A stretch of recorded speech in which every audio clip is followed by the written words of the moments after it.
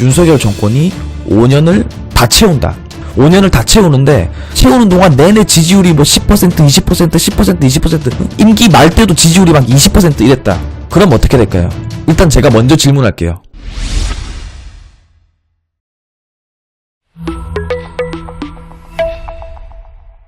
끌어내리면요 대안이 있습니까? 라고 하시는데 저는 뭐 끌어내리는 거에 동의하진 않지만 뭐 대안 얘기하는 사람도 저는 공감이 안 돼요. 끌어내리고 안 끌어내리고는 우리가 여기서 나누는 대화 때문에 정해지는 게 아니라 윤석열 정권 하기에 달렸어요. 저희가 뭐 우리끼리 여기서 모여가지고 뭐 끌어내려야 됩니까? 끌어내리지 말아야 됩니까? 얘기하는 건 아무 의미 없고요. 우리 얘기하는 거 아무 의미 없어요. 대안이 있습니까? 끌어내리면 대안이 있어요. 이렇게 얘기하는 것도 아무 의미가 없어요. 아니 뭐 대안을 왜 얘기해요? 누구든 간에 대통령이든 뭐 법무부 장관이든 사퇴하면 다시 뽑잖아요. 최근에 그 박순애 교육부 장관 결국 어떻게 됐습니까? 사퇴했죠. 그러니까 어떻게 합니까? 다시 뽑죠. 대안은 언제든지 나올 수 있죠. 대안은 언제든지 나올 수 있지. 예, 나는 뭐 대안을 굳이 따지고 이런 게 별로 의미가 없다고 생각해요. 예. 아니, 그러니까 탄핵을 하고 말고도 그거는 윤석열 정권 하기에 달렸죠.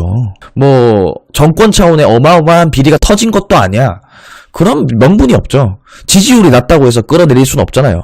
저는 진짜 객관적으로 얘기하고 싶어요. 그냥 단순히 지지율이 낮다고 해서 대통령 보고 내려와라. 뭐 탄핵해라.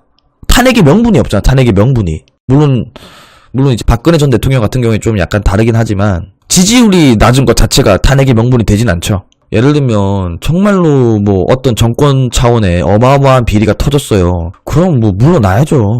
뭐 예를 들면 지금 뭐 수의계약 얘기를 했었는데 뭐 대통령 뭐 부부가 뭐 관저 저런 인테리어 공사하는데 뭐 무슨 불법 자금을 받았다. 그래가지고 뭐 친인척들이 뭐 이득을 봤다. 뭐 이런 사건이 뻥 터졌다. 그럼 뭐 물러날 수도 있는 거죠. 아니 뭐 닉슨 대통령, 미국의 닉슨 대통령은 하야했잖아요. 하야. 뭐 때문에 하야했습니까? 도청 장치 했다고 하야한 게 아니에요. 물론 그 사건 때문에 촉발됐지만 그 도청 장치 해놓고 나중에 거짓말을 했어요. 거짓말. 대통령이 거짓말했다고 하야한 게 미국이에요. 사실 미국 기준으로 하면은 대한민국의 역대 대통령들 뭐 거의 다 탄핵당했겠다. 거의 다 하야하고. 사람들이 윤석열 대통령 보고 물러나라, 탄핵하겠다, 하야해라 이렇게 얘기해봤자 뭐 딱히 명분이 없어. 명분이 없으면 안 물러나는 거고요. 대안 없다 이렇게 아무리 얘기해봤자 어마어마한 잘못을 했다. 그럼 물러나야지. 그러니까 뭐 대안이 있냐 없냐 무의미한 얘기. 뭐 다시 한다고 무조건 민주당이 정권 잡을까? 저는 그렇게 생각 안 해요. 지금 민주당에서 가장 지지율이 높은 사람이 이재명인데 이재명 의원은 확장성이 없어요. 확장성이 없고 보니까 지난번 대선 기간에 대장동이든 뭐 여러 가지 의혹들이 나왔지만은 그것 말고도 아주 많다고 합니다.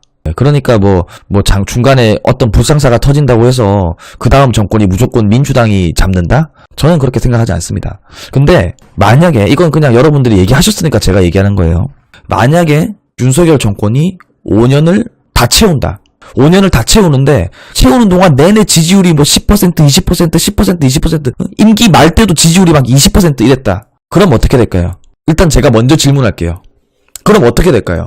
윤석열 대통령이 5년 동안 임기를 마쳤어. 근데 끝날 때 지지율이 막 한 5%, 뭐 10% 이래. 그럼 어떻게 될까요? 윤석열 정권이 어쨌든 이 지금 위기를 극복하고 지지율을 뭐 30% 이상, 40% 이상 회복해서 그렇게 회복한 상황에서 임기가 마무리되면야 걱정 안 되겠지만 5년 내내 20%, 10% 이렇게 해가지고 5년을 다 채운다. 그러고 정권이 끝난다. 그럼 그 다음 대통령 선거 어떻게 될까요? 뻔하지 않습니까? 그러면 무조건 민주당이 정권 잡죠. 5년 내내 뭐 좋은 모습 한 번도 보여주지 않고 지지율이 10% 20%였는데 무조건 민주당이 정권 잡지. 그게 더 암울한 이야기입니다. 그게 더. 그거랑 똑같은 거예요. 과거 노무현 전 대통령 때. 노무현 전 대통령 때 결국에는 경제 위기, 그 다음에 이 양극화, 집값, 그 노무현 대통령 지지율 엄청 떨어지고 얼마나 전 국민적으로 노무현 욕을 했습니까? 그러니까 그냥 이명박 대통령이 출마해가지고 그냥 이기잖아요.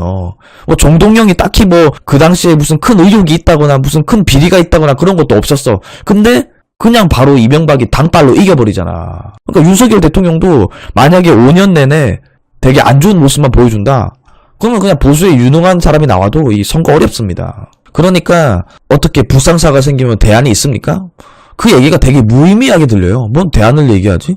엄청나게 잘못을 했어. 정권 차원에 엄청난 비리가 터졌어. 그런데도 그냥 그걸 꾸역꾸역 쳐다보면서 대안 없잖아. 이게 맞나요? 네, 저는 그렇게 생각하지 않아요. 아니 무슨 탄핵당할 정도 잘못했으면 탄핵당해야지. 탄핵당할 만한 잘못을 안 했다. 그러면 탄핵 안 해도 되고. 그게 맞는 거지.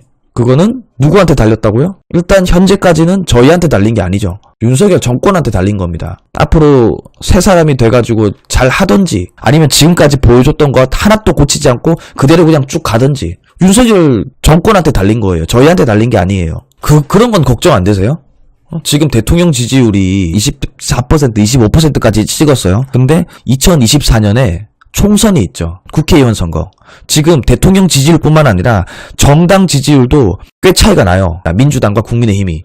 이대로 총선 치르면요. 민주당이 2020년에 가져갔던 의석수보다 더 많이 의석수를 가져가요. 180석 이상, 190석 이상 그 정도 가져가게 됩니다. 그게 더 불행한 일 아닙니까?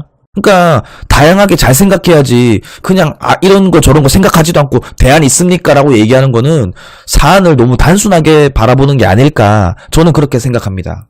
충분히 잘못도 했고 지지율도 빠질 만큼 빠졌고 총선 붙으면 무조건 지고 무조건 지니까 민주당이 또 180석 200석 가져갈 수밖에 없는 그런 상황이 뻔히 보이는데도 대안 있습니까? 해갖고 그냥 꾸역꾸역 밀고 나간다? 그럼 망하자는 얘기 아닌가? 그쯤 되면은 탈당시켜야죠. 2024년 됐는데도 대통령 지지율이 이 모양이다. 그러면 대통령 출당시켜야지. 대통령 때문에 이 정당이 피해볼 순 없지.